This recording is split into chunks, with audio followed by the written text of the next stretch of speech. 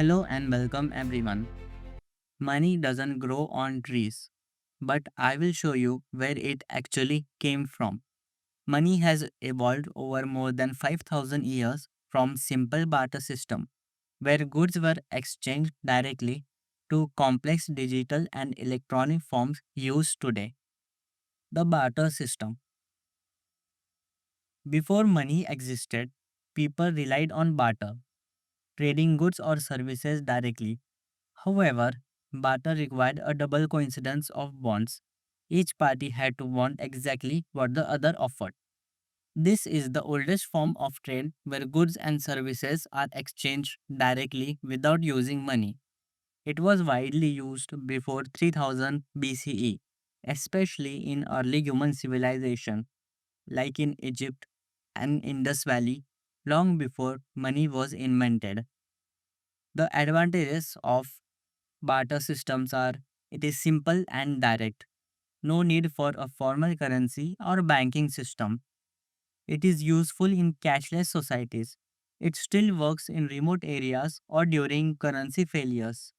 It encourages resource sharing. People trade what they have in excess for what they need. Some of the disadvantages are double coincidence of bonds, lack of standard value, no common measure of worth make negotiation harder. Indivisibility of goods. You can't usually split items like cows or tools to match trade values. It is difficult to store wealth. Goods can perish, spoil, or lose value over time. Limited scope. Not practical for complex or large economies. Then came commodity money. To overcome the barter inefficiencies, societies adopted commodity money, items with intrinsic value used as a medium of exchange.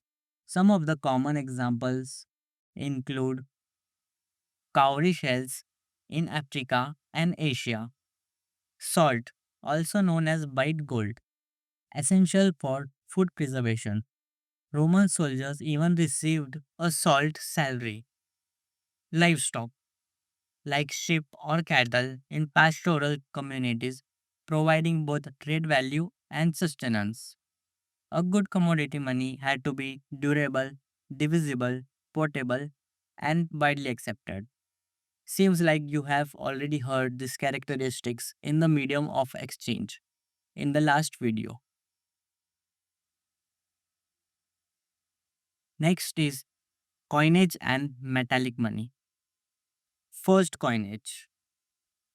Around 600 BCE, King Aletes of Lydia, that is modern Turkey, issued the first government guaranteed electrum coins, a natural alloy of gold and silver, stamped with official symbols to certify weight and purity.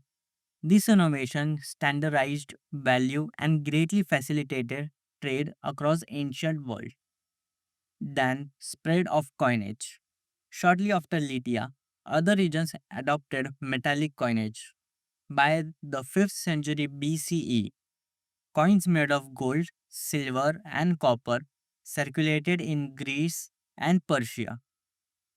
Metal coins offered portability, uniformity, and intrinsic value, laying the groundwork for modern monetary systems.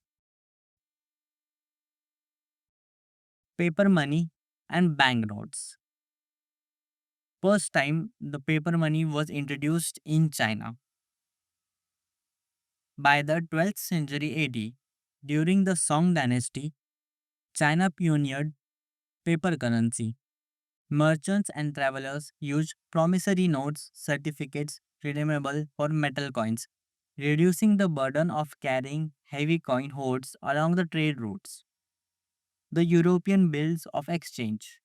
In the medieval Europe, goldsmith bankers issued bills of exchange against metal deposits, which evolved into banknotes, promises to pay the bearer on demand. These early notes decoupled money from physical metal, relying instead on the issuing bank's reputation.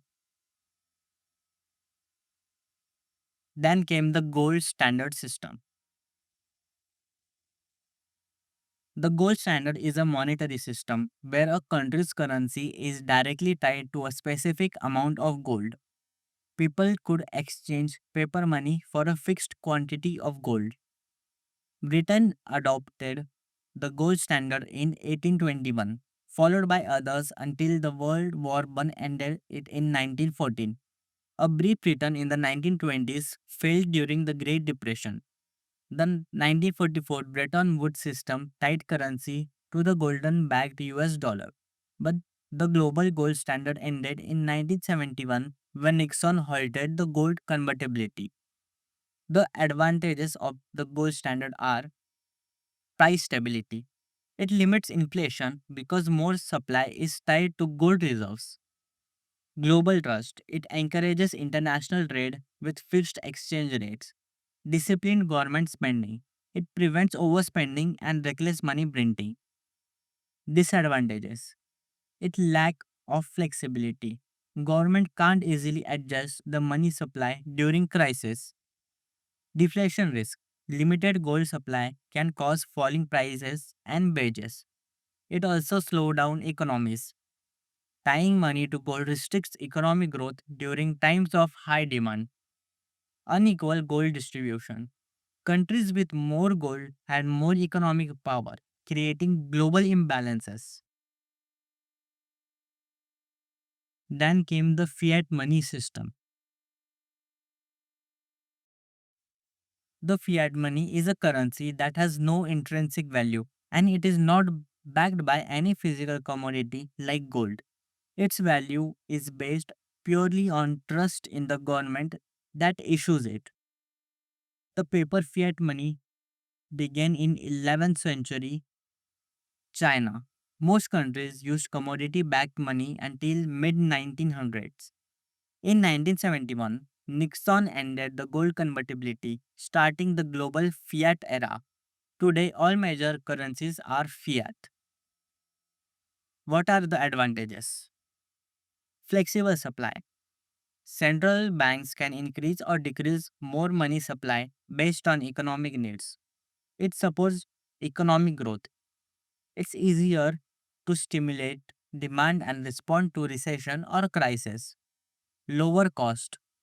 It doesn't require holding or mining gold or silver reserves. Simplicity in use. Lightweight, portable, and ideal for modern economies. Disadvantages. The risk of inflation. Overprinting money can reduce purchasing power. It depends on trust. If people lose faith in a currency, it can collapse. No intrinsic value. It's just paper or digit. So its worth comes only from government backing. Mismanagement risk. Poor fiscal or monetary policies can destabilize entire economies. After fiat money come the cryptocurrencies and the digital currencies. The cryptocurrencies are digital or virtual currencies that use blockchain technology and encryption to secure transactions. Most are decentralized and operate without a central authority.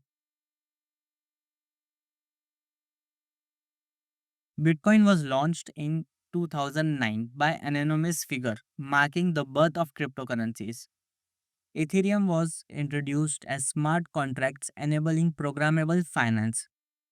In 2021, government began debating regulation, adaptation, and taxation of crypto assets.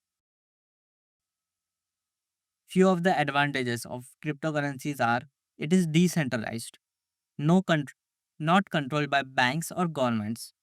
It gives fast and global transactions, borderless and quick transfer, especially with low fees, privacy and transparency, transac- pseudonymous transaction with public ledgers, financial inclusion, accessible to people without bank accounts.